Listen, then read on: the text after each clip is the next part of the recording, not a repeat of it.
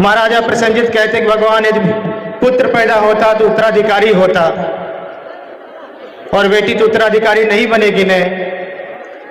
तो भगवान उनको बोलते हैं कि महाराज, ये बेटियां ही आगे चल करके, पुत्रियां ही आगे चल करके सुयोग पुत्रों को जन्म देती हैं। ये पुत्रियां आगे चल करके तुम जैसे राजाओं को जन्म देती हैं, और ये पुत्रियां ही आगे चल करके हम जैसे बुद्धों को जन्म देती हैं। इसलिए प्रसन्नजित, ये पुत्रियां पुत्रों से महान होती। इस देश में जन्मे उन सभी संतों, गुरुओं, महापुरुषों को जिन्होंने देश में समता मूलक समाज की स्थापना में अपना योगदान दिया, उन्हें भी श्रद्धा का सुमन अर्पित करता हूँ। मंचा से परम पूज्य भिक्षु संघ और इस जनपद स्तरीय धम्म महासम्मेलन में आए हुए आप सभी उपासक उपासिकाओं को मंगल कामनाएं। भिक्षु संघ आए हैं, भारतीय संविधान जिंदाबाद। ध्यान देने की बात यह है कि किसी भी देश की सभ्यता और संस्कृति के प्रमुख 3 आधार होते हैं। पहला कला और स्थापत्य, दूसरा शिक्षा और साहित्य, तीसरा दर्शन और साधना। इन आधारों पर बात करूं तो बौद्ध संस्कृति देश की सर्वोत्तम संस्कृति है। संसार में 3 सुंदर प्रतिमाएं पाई जाती हैं। पहली प्रतिमा सारनाथ के म्यूजियम में है, दूसरी प्रतिमा मथुरा के म्यूजियम में है, और तीसरी प्रतिमा राष्ट्रपति भवन को सुशोभित कर रही है। आपको जानकर के आश्चर्य होगा, आपको जानकर के प्रसन्नता होगी कि यह तीनों प्रतिमाएं तथागत बुद्ध की हैं। इसी प्रकार यदि स्थापत्य की बात किया जाए तो लुम्बिनी, बुद्ध गया, सारनाथ, कुशीनगर, नालंदा, तक्षशिला, विक्रमशिला, उदंतपुरी आदि धर्म स्थलों पर विद्यमान पुरातत्व अवशेष समृद्ध बौद्ध कला के साक्षी हैं, साथ ही हमारे देश के पुरा निधि भी हैं। इसी प्रकार यदि शिक्षा की बात की जाए तो आप जानते हैं कि हमारे सारे बिहार शिक्षा के महान केंद्र थे। बिहारों में सामान्य शिक्षा और महाविहारों में उच्च शिक्षा दिया जाता था। उसमें से नालंदा, विक्रमशिला प्रमुख शिक्षा के केंद्र थे। प्रायः कहा जाता है कि प्यासा कुएं के पास जाता है। भगवान बुद्ध ने इस अवधारणा को बदल दिया। उन्होंने भिक्षुओं को उपदेश किया, कहा चरत भिक्षवे चारिकं बहुजन हिताय बहुजन सुखाय, अर्थात हे भिक्षुओं, बहुतों के हित और बहुतों के सुख के लिए विचरण करो। तथागत के भिक्षु अपना सर्वस्व त्याग कर लोक का कल्याण कैसे हो, संसार का भला कैसे हो, इसी चिंतन में दिन रात लगे रहे। दुखी मानवता की सेवा और रक्षा जितना तथागत के अनुयायियों ने किया है, इसका उदाहरण मिलना बहुत कठिन है। इसी प्रकार यदि हम साहित्य की बात करें तो आपने इतिहास के ग्रंथों में पढ़ा होगा, जब नालंदा विश्वविद्यालय जलाया गया तो उसका जो ग्रंथालय है वो महीनों तक जलता रहा। आज भी चीनी साहित्य में जो बौद्ध ग्रंथों के अनुवाद उपलब्ध हैं, उसे यदि भारत के किसी भी भाषा में रूपांतरित कर दिया जाए तो करोड़ों पृष्ठों में समाहित हो पाएंगे। ऐसे ही बहुत सारे तत्वबोधक ग्रंथ उपलब्ध हैं जिनकी तुलना संसार के किसी भी ग्रंथ से नहीं की जा सकती है। इसी प्रकार यदि हम दर्शन की बात करें तो जितनी ऊंचाई पर बौद्ध दर्शन पहुंचा है, भारत का कोई भी दर्शन उसकी कल्पना तक नहीं कर सकता है। यह बात यहाँ के शासकों को, यहाँ के उद्योगपतियों को पता है। इसलिए जब वो विदेशों में जाते हैं तो भगवान बुद्ध की मूर्ति अपने सर पर रख के जाते हैं और विदेशों में जाकर कहते हैं मेरा बड़ा सौभाग्य है कि मैं बुद्ध की धरती से आया हूं।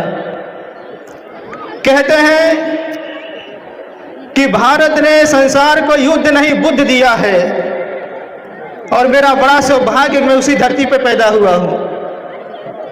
लेकिन जो है जब वह शासक और उद्योगपति जैसे लोग जब इस देश में वापस आ जाते हैं तो भगवान बुद्ध को भूल जाते हैं और भगवान बुद्ध के धर्म की उपेक्षा करने लगते हैं।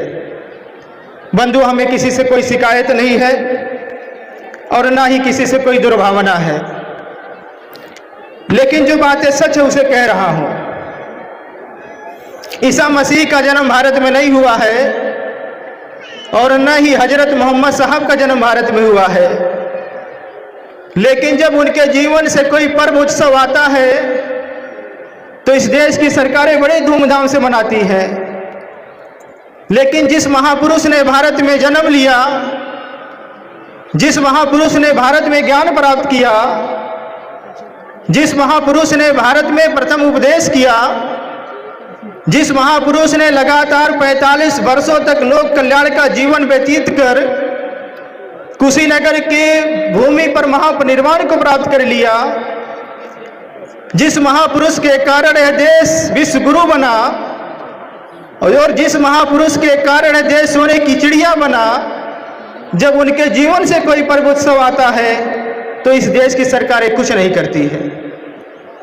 यहाँ तक कि जो हमारे धर्म स्थल हैं वो लगातार उपेक्षित किए जा रहे हैं, लगातार उस पर कब्जे हो रहे हैं। भारत का पूरा तत्व विभाग मूक दर्शक बना बैठा है और मुझे तो लगता है, अगर मैं सच कहूं तो पूरा तत्व विभाग की सहमति से इस देश के धूर्त, बेईमान और तिकड़मी इतिहासकार उस पर दूसरों का नाम लिख रहे हैं। इसलिए आप सभी लोगों को थोड़ा सचेत होना पड़ेगा और सचेत होकर के अपने धर्मस्थलों को, अपने प्रेरणा केंद्रों को बचाना पड़ेगा। ऐसे यदि हम साधना की बात करें तो भगवान के बुद्ध के पूर्व 4 ध्यान और 4 समापत्तियों का पता चलता है। इस प्रकार ध्यान की कुल 8 श्रेणियां थी। भगवान बुद्ध ने एक नवीन समापत्ति का आविष्कार किया जिसे संयम वेद अति निरोध संपत्ति कहा जाता है। ध्यान साधना के केंद्र में भगवान बुद्ध का यह अनुपम देन है, विश्व को अद्वितीय देन है। इन सभी विशेषताओं के अतिरिक्त तथागत बुद्ध ने इस देश में नारी समाज को सम्मान और स्वाभिमान जैसे जीने का अवसर दिया। ये हमारी माताएं बैठी हुई हैं, मैं थोड़ा सा आपके बारे में आपके लिए बोलना चाहता हूँ। भगवान बुद्ध के समय में, उनके पूर्व और उनके बाद नारियों की स्थिति पहले भी दयनीय थी, बुद्ध के पूर्व भी दयनीय थी और बुद्ध के बाद भी बहुत दयनीय हो गई। भगवान बुद्ध ने नारी समाज की उन्नति के लिए, उनकी प्रगति के लिए 2 संघ का निर्माण किया। एक भिक्षुणी संघ बनाया, एक उपासिका संघ बनाया। 1-2 प्रसंग मैं आपके सामने रखना चाहता हूं। आप लोगों ने महाराजा प्रसेनजित का नाम सुना होगा।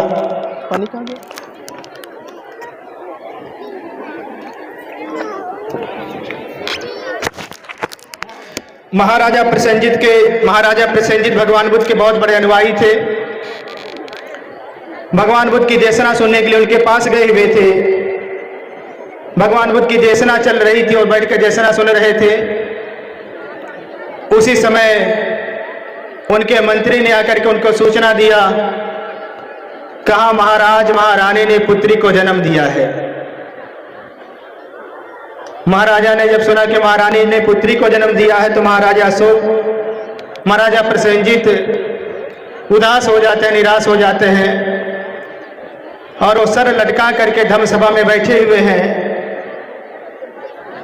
उनका उपदेश सुनने में मन नहीं लगता है। भगवान बुद्ध की कुछ देर के बाद उन पर नजर गई। भगवान बुद्ध ने देखा कि महाराजा प्रसेनजीत अशांत दिख रहे हैं। भगवान बुद्ध ने उनसे पूछा कि महाराज, आप दुखी क्यों लग रहे हैं, आप परेशान क्यों लग रहे हैं? महाराजा प्रसेनजीत ने कहा, भगवान, महारानी ने पुत्री को जन्म दिया है। भगवान बुद्ध ने इतना सुनकर के महाराजा प्रसेनजीत को डांट लगा देते हैं। भगवान ने कहा कि महाराज, इसमें उदास होने की कहाँ बात आ गई, कहा कि इसमें निराश होने की कहाँ बात आ गई। महाराजा प्रसेनजीत कहते कि भगवान, यदि पुत्र पैदा होता तो उत्तराधिकारी होता और बेटी तो उत्तराधिकारी नहीं बनेगी ने।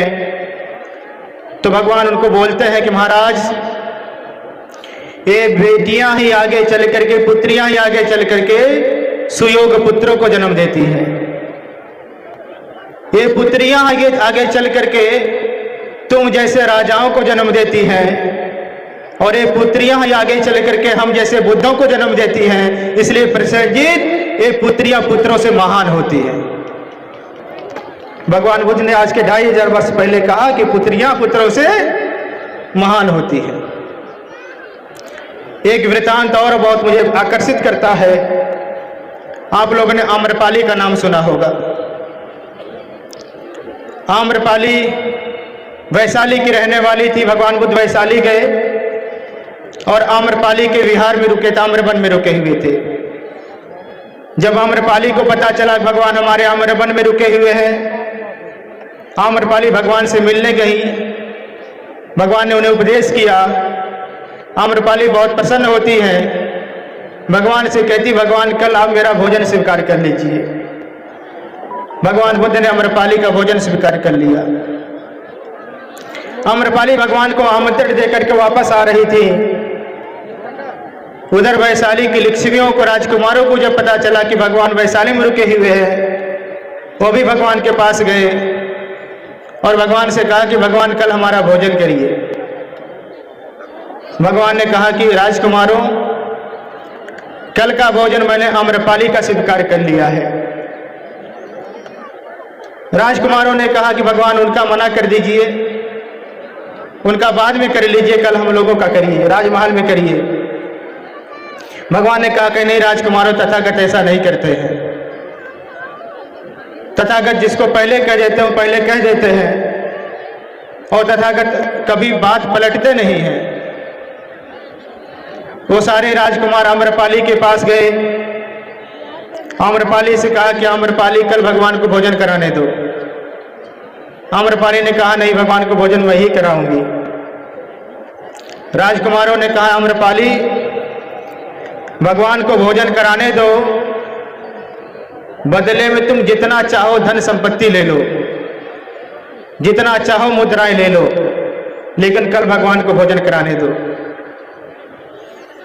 आम्रपाली ने राजकुमारों की बात सुनकर के कहा, राजकुमारों, भगवान को भोजन कराने के बदले में यदि तुम मेरे पैरों में सारा वैशाली भी रख दो तो भी मैं भगवान को भोजन कराने का अवसर नहीं हासिल जाने दूंगी। अब आप सोचिए, आम्रपाली में यह स्वाभिमान